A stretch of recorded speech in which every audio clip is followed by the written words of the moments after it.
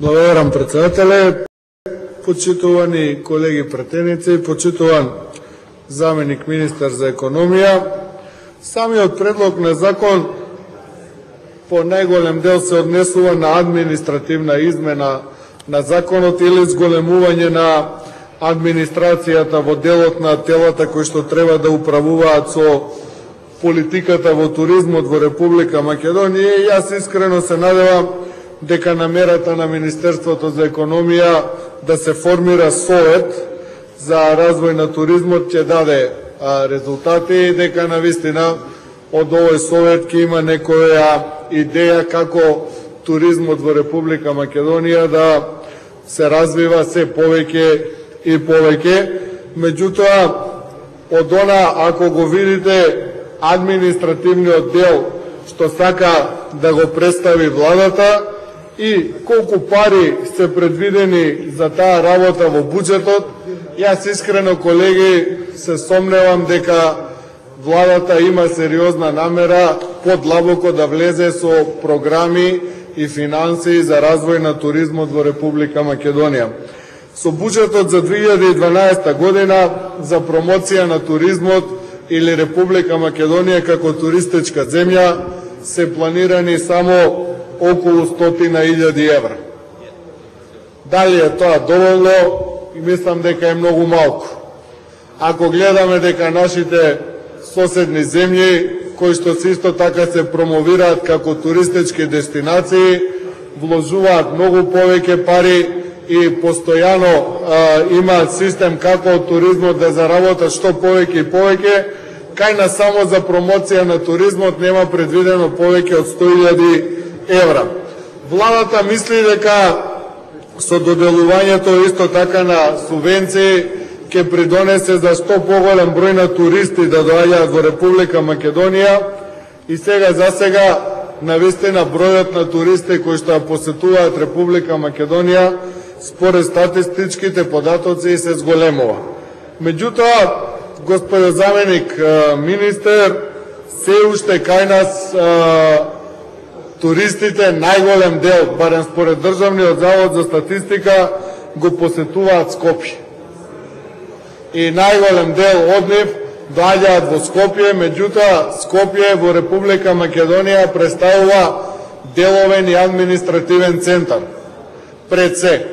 Потоа, веројатно, оди туристичката понуда, која што владата се обидува преку проектот Скопје 2014, што за нас како опозиција е навистина неприфатливо во една сиромаштија толку пари да се трошат. Но не може ние туризмот да го базираме на тоа што Скопје ќе биде главен туристички центар во Република Македонија. Република Македонија мора да изгради стратегија како ќе развива други туристички места, а не Скопје да не биде се. И административен, и деловен, па сега и туристички центар. Вложувањата на владата, колегата Митре Вејановски зборуваше за Охрид, за летниот туризам. Вложувањата во другите потенцијални летни туристички центри. Вложувањата во зимскиот туризам. Еве, гледаме дека ние, освен Маврово, оваа година се направи обид во Попова шапка да се отвори исто така скијачката сезона, меѓутоа се е тоа во рамките на еден почеток кој што не нуди доволно содржина за самите туристи. Потоа, господа заменик министар, владата не гледаме иницијатива да помогне и во развојот на она што се вели вински туризам. Најголем дел од компаниите сами инвестираат пари, сами отвараат такви подроми кои што се наменети за вински туризам, државата не им дава помош. Развивањето на планински туризам во Република Македонија, на која и планина да отидете, не верувам лично дека има обележани патеки, дека има обележани места, дека има водичи, дека има патокази и дека едноставно ако сакате да развивате планински туризам, дека можете да отидете и комото да се рекреирате и да уживате во убавините на Република Македонија. Во градот од кај што јас доаѓам, постоеше еден планински центар на Бреза, тој се уништи. Остана сега само Чеплец, кој што исто така функционира, меѓутоа тоа е на минимално ниво, на многу минимално ниво и не се прават напори таму да се вложи. Замислете го езерото Младост во Велес.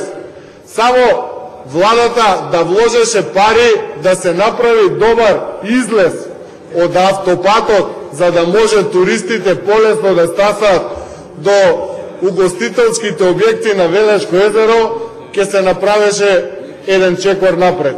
Ние сега во моментов има излез кој што не исполнува никакви стандарди од автопат. Исто така и кога треба гостите да се вклучат на повторно на автопатот, мора да кружат и нема јасни патокази. Значи, ако зборуваме за развој на туризам, треба да имате стратегија во владата, кај сме, кај треба да стасаме. Еве во Велес, јас одговорно ви тврдам дека не е направено ништо. Затоа што она што се нуди на Велешко езеро, велам дека можете многу да поправите само со асфалтирање на пристапните патишта. Понатака, ако тргнете од Скопје за границата со Грција, колку места може попат да застанете, да се одморите или да се напиете кафе и се ред други потреби? Нема такви места каде што може да се направат такви работи.